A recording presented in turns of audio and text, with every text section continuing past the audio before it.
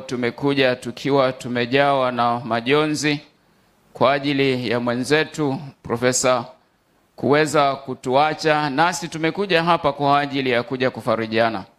Na hivyo tunaomba Roho wako Mtakatifu aweze kuwa pamoja nasi, atupe nguvu na uwezo ili kwamba maneno yote yatakayosemwa hapa yakaweze kuwa ni baraka na yaweze kuleta nguvu.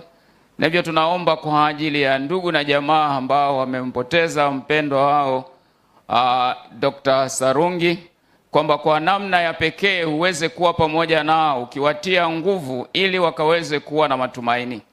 Na sisi sote utufundishe kwamba siku zetu za kuishi katika ulimwengu huu ni chache, na hivyo tu yakabidhi maisha yetu mikononi mwako ili kwamba mara utakapokuwa unakuja sisi sote tuwe tayari.